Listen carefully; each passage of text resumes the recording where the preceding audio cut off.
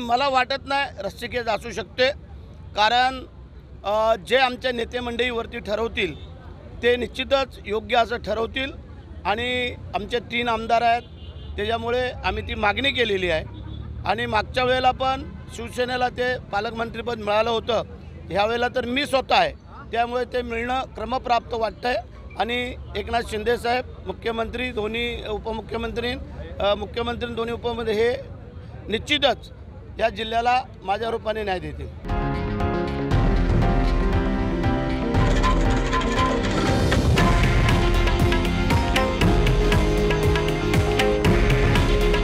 हे आहे देशातील नंबर 1 न्यूज नेटवर्क आणि आपण पाहत आहात TV9 मराठी।